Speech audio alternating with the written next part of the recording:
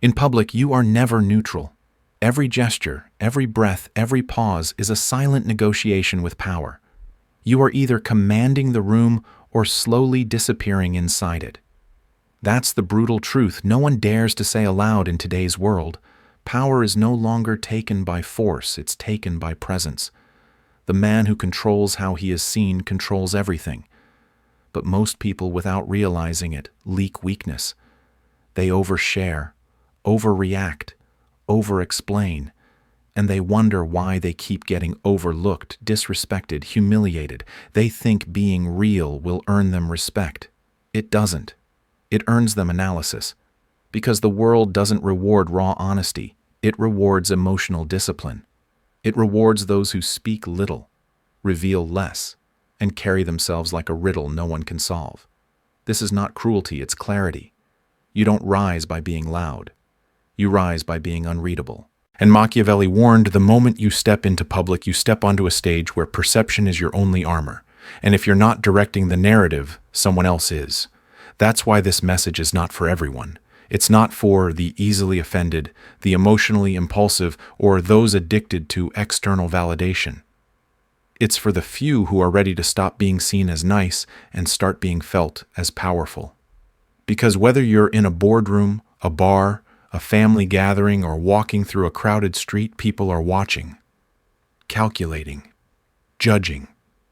And in those moments, you are either building your empire or handing away the blueprint for your own destruction.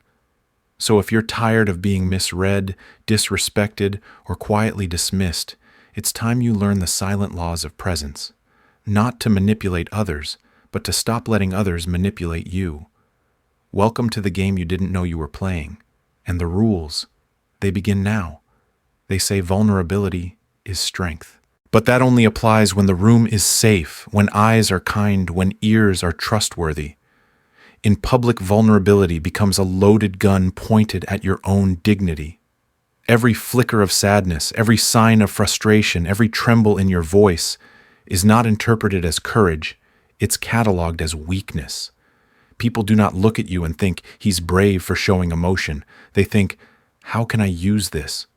In a culture that constantly scans for advantage, your emotional transparency becomes a weapon that others will not hesitate to use against you. The man who breaks down in front of others may believe he is being authentic, but authenticity without control is just self-sabotage. You may feel better for a moment, relieved, unburdened, but the cost comes later quietly in the form of lost respect, quiet judgment, and unspoken demotions in status. Because whether you're in a business meeting, a family conflict, or even just a casual conversation, once you show emotional volatility, they begin to adjust how they treat you. You're no longer seen as unshakable. You're seen as human, yes. But in the Machiavellian world of perception, being seen as too human is often fatal. Those who succeed in this world understand one fundamental law: protect your inner world like a fortress. The crowd doesn't deserve your heart. It deserves your discipline. Cry, rage, panic, but do it behind doors that lock. In public, you wear armor, not because you're fake, but because you're wise. There is a profound difference between being closed and being controlled.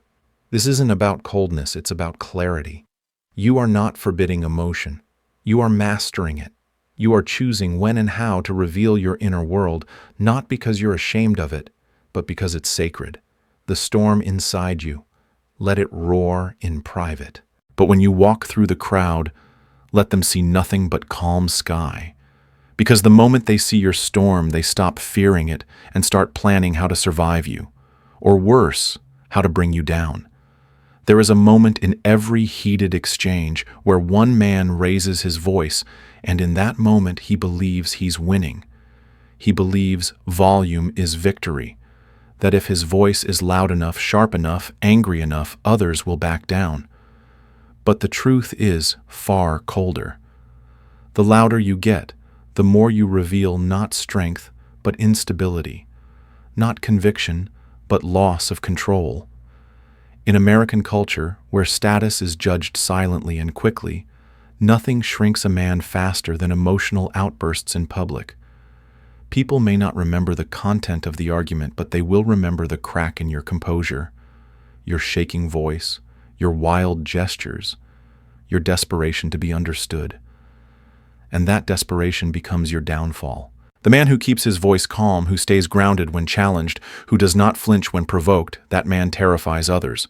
Not because he is angry, but because he is unreadable. While the loud man is exposing his pressure points, the silent one becomes a question that no one can answer, a presence they can't predict. And that is where real power lives, not in screaming, but in stillness. When you argue in public, on the street, at the dinner table, in front of peers, you give away your emotional blueprint. You show people where your pride lives, where your boundaries lie, where your patience breaks. And once they know that they can control you, they can replicate the moment, push the same buttons, and watch you unravel again and again. You become a puppet controlled not by strings, but by your own lack of discipline. This doesn't mean you never stand your ground, but it means you choose when and how. A true strategist doesn't fight in the open street. He maneuvers. He watches. He knows that the greatest victories are silent, and sometimes the sharpest strike is simply walking away without a word. Because when two men argue loudly, both look like fools, but the one who stays composed becomes unforgettable. He wins not by overpowering the other, but by never giving him a worthy opponent to begin with. You can't fake power when your energy reeks of need. Desperation is not always loud, but it's always visible. It seeps into your tone, your posture, your eyes, even when you say nothing at all. You may smile, speak with confidence, wear your best clothes, but if you're internally grasping for something, approval, acceptance, attention, they will sense it. And the moment they do, the game is over. Because desperation flips the dynamic. You no longer feel like a man with choices, you become a man waiting to be chosen. And in the eyes of the crowd, that is weakness. In the marketplace, in relationships, in negotiations, Americans respect one thing: leverage. And leverage begins in perception. If you walk into a room acting like something is essential, people instinctively lower their respect.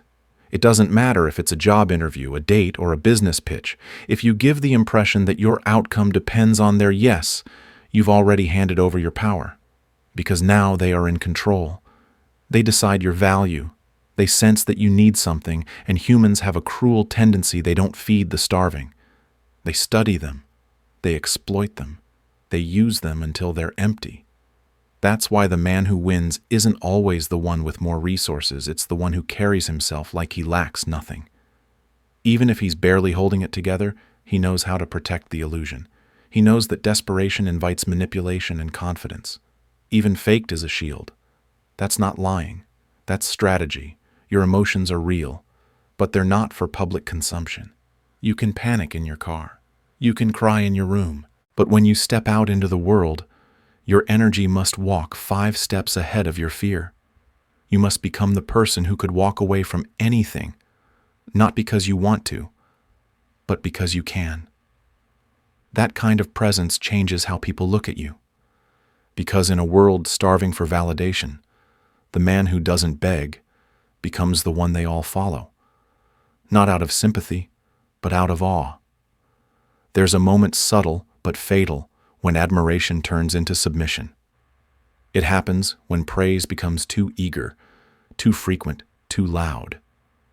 And in that moment, your words stop being seen as sincere. They become strategy in disguise. Most people think that compliments win hearts, that being generous with praise will make others like them, trust them, open doors for them. But they're wrong. In the real world, especially in American culture where status is constantly measured by tone, posture, and subtext, flattery is rarely seen as generosity. It's seen as negotiation. And negotiation, when it's too obvious, collapses the game. The more you compliment someone, especially in public, the more you lower your own rank. You raise them above you with each admiring word, not realizing that every ounce of reverence you give away is a piece of your power you'll never get back. People start to wonder, what does he want? They begin to suspect your intentions. And the moment your sincerity is questioned, your influence dissolves. Because people don't trust the man who praises everyone, they trust the one whose approval feels rare, intentional, and earned. That's the paradox of power. The more freely you offer admiration, the cheaper it becomes. The more you chase favor, the more invisible you become. Real influence doesn't come from being liked. It comes from being respected. And respect is built in silence, in scarcity, and mystery. If you must praise, do it with precision. Make it feel deliberate, not desperate. One genuine compliment spoken at the right time can build loyalty that lasts years, but overdo it and you become background noise. You become the eager face in the crowd, not the steady presence beside the throne. So hold your tongue. Guard your words. Admire with discipline. Because in the game of hierarchy, the man who flatters too freely isn't seen as kind, he's seen as weak. And weakness once noticed is never forgotten. There's a cold satisfaction in calling someone out in public, a rush of righteousness, a flash of superiority, the illusion that you've won. But what feels like a victory in the moment is often the seed of your downfall. When you humiliate someone publicly, especially in front of others, you're not just proving a point, you're igniting a war. And the most dangerous enemies are not the ones who argue back. They're the ones who smile, nod, and stay quiet, for now. In American culture where pride and image hold enormous weight, public embarrassment is a wound that festers in silence. The man you expose today will not forget tomorrow. You may walk away feeling clever, but he will walk away, changed, strategizing, watching, waiting for the moment when you least expect it. You've turned a mistake into a grudge. And no matter how right you were, you've given your opponent something deeper than disagreement, a reason to strike. What's worse, it's not just your target who's watching. The crowd is watching too. They're not only evaluating the person you criticized, they're evaluating you. They're wondering, am I next? You may think you're commanding the room. But what you're really doing is poisoning the air with discomfort. People don't follow the man who shames others. They fear him, avoid him, resent him. And fear without trust breeds rebellion. Real power doesn't need to be loud. It doesn't humiliate. It manipulates. It whispers. It guides perception without leaving fingerprints. A true strategist knows that if you want to dismantle someone, you don't attack them. You create the conditions for them to collapse on their own. Plant doubt in private. Ask the right questions. Let silence do what your words never could. Because when you strike publicly, you create spectacle. But when you strike subtly, you create legacy. So if you must destroy a rival, do it without noise. Do it without a trace. Let them walk away thinking they're fine until they realize too late they've already lost. There is a seductive trap hidden beneath laughter, a trap disguised as charm, disguised as connection. In a world that celebrates wit, being the funniest in the room feels like a superpower. You make people laugh, they seem to love you, you feel seen. But what you don't realize is that the more they laugh, the less they fear you. The more they laugh, the less they respect you. Because in the hierarchy of power, entertainment is never equal to authority.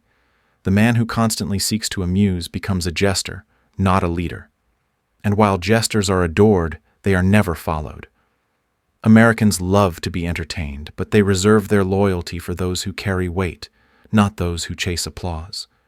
Every joke you tell, every moment you spend trying to win smiles, chips away at the seriousness of your presence. People begin to see you not as a force, but as a performance. They forget your silence. They forget your sharpness. They remember how much they laughed. And that is where the damage is done. Because once you're cast in the role of comic relief, it's nearly impossible to escape. Worse humor exposes you.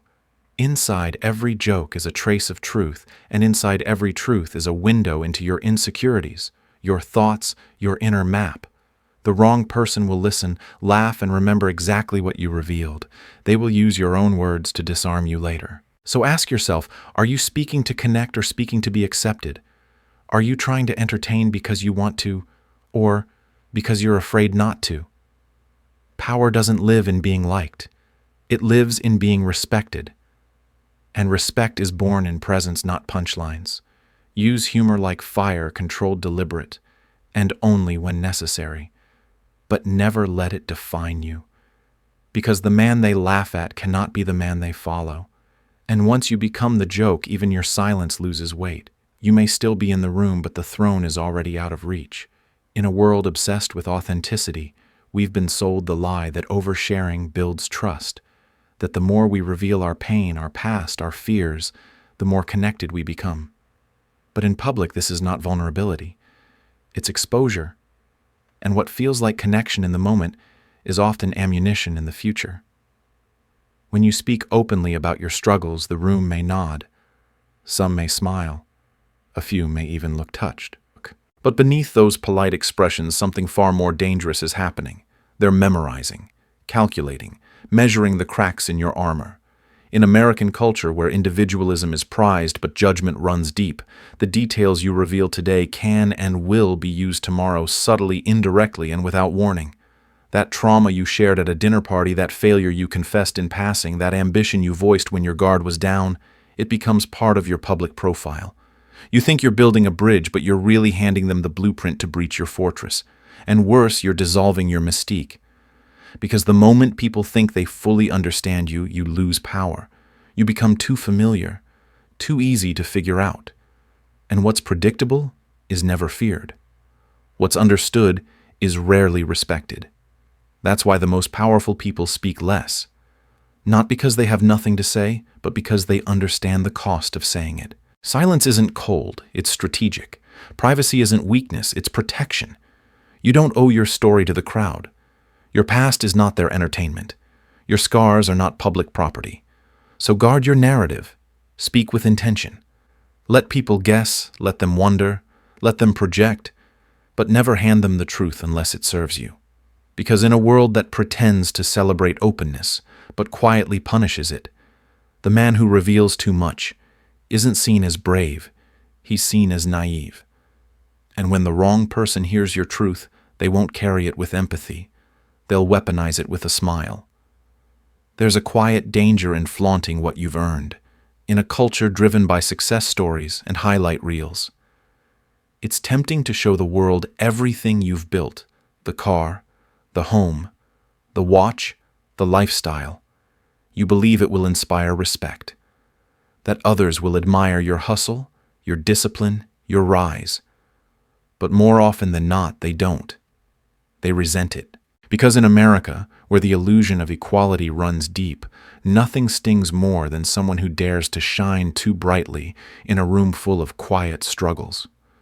Your success, when waved too loudly, becomes a mirror that forces others to see what they lack. And when people feel inferior, they don't celebrate you, they plot against you. Not with open malice, but with silent resistance, unspoken bitterness, and quiet sabotage. The applause is real, yes, but so is the envy that hides behind it. That's why the most powerful people in the room are often the least obvious. They wear simplicity like armor. They speak with restraint. Their power is implied, never screamed. Because true dominance doesn't beg to be seen, it's felt. You walk differently. You speak less. You don't need to impress because your aura does the work for you. But the moment you begin to advertise your status, you turn power into a target. Every luxury becomes a reason for someone to undermine you. Every flex becomes a wound waiting to be opened.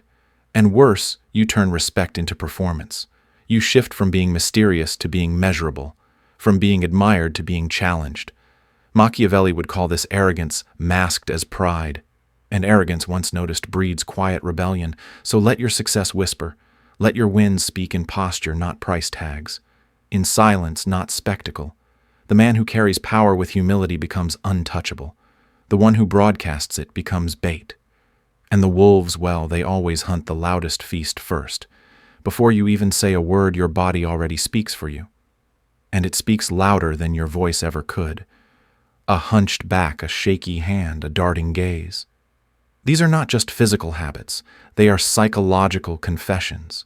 In a room full of strangers or enemies, they don't just watch what you say, they study how you exist.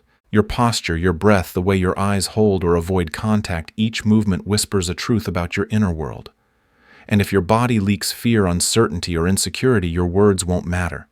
Because people don't follow logic, they follow presence. And presence begins in stillness. In American culture, where confidence is currency, the man who appears calm under pressure is worshipped, even feared. Think of it: the person who doesn't flinch when challenged, who doesn't rush to defend himself, who breathes slower when others panic. He dominates the room without ever raising his voice. That's not charisma. That's control. Emotional control, physical control, mastery over self. And that mastery terrifies those who rely on chaos, noise, or intimidation, because when they can't read you, they can't reach you. And if they can't reach you, they can't control you. Every time you fidget, over-explain, or react impulsively, you give away power in pieces. It's not about suppressing emotion, it's about owning it, holding it, shaping it. Because if your body is out of control, your mind will soon follow. But when your body becomes your ally, disciplined, still intentional, you send a different message. I am unshakable. Even if you're doubting everything inside, if your breath is steady and your posture solid, people will believe in you more than you believe in yourself. That is power. That is presence. In a world that watches your every move before listening to your words, the body becomes your first line of leadership or your first sign of surrender. So walk tall, speak slow, hold your ground, because sometimes the greatest threat you can offer is silence held with complete control. You don't need a crown to be a king. You don't need millions in the bank to carry power. In this world, especially in the public arena, what you project is what you become. And the moment you forget that you hand over your kingdom without a fight, every glance, every breath, every word you speak in front of others either builds your authority or chips it away. And most people lose their power, not through grand failure, but through tiny leaks. A nervous laugh, a careless complaint, an emotional overreaction. These are not harmless, they're fatal. Because in public perception is everything. No one sees your intentions. They only see your behavior. And behavior becomes identity in the minds of others. The way you carry yourself, the way you respond to pressure, the way you withhold or engage, these are the brushstrokes of the portrait others paint of you. And once that portrait is complete, it becomes near impossible to change. In American culture, where image often matters more than truth, your reputation is your currency. It opens rooms, protects you from slander, and commands respect long before you speak. But it is fragile. One misstep, one emotional crack exposed in the wrong place, and everything you built begins to erode. That's why the wise never perform for the crowd. They don't beg for validation. They don't explain, overreact, or try to be liked. They move with silence, with restraint, with surgical precision. Their presence does the talking. And when they speak, it is not to be heard, it is to be remembered. This isn't about being fake. It's about being disciplined, about understanding that in a world addicted to judgment, you must become intentional about every signal you send, because someone is always watching. And the man who owns his image doesn't just protect his power, he multiplies it. You are not just a person. You are a brand, a symbol, a myth in the making. Treat yourself like one. Guard your energy. Curate your presence. Control your narrative. Because if you don't define yourself, the world will do it for you. And once they define you, they will own you. In a world that rewards visibility, but punishes vulnerability, the most powerful thing you can do is learn to control how you're perceived. The message here is clear. Emotional discipline, strategic silence, and self-awareness are not just abstract ideals. They're daily tools for survival, respect, and influence. Whether you're stepping into a meeting, walking into a crowded room, or navigating social media, your image speaks before you do. And if you're not actively shaping it, others will shape it for you, often to your disadvantage. Don't overshare your struggles just to feel seen. Don't try to win respect by raising your voice or chasing attention.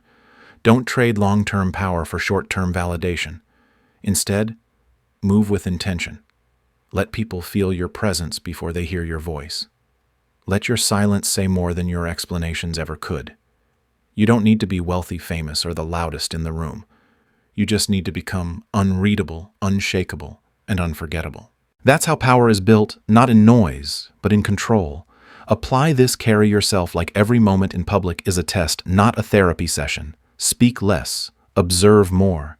Think of your image as your armor and never take it off in front of people who haven't earned your trust. If this message hit home, if it made you think deeper about how you move in the world, help it reach someone who needs it, hit that like button, share this with someone who's been giving away their power without realizing it, and don't forget to subscribe, because every week we bring you the strategies to not just survive the game, but to rule it from within.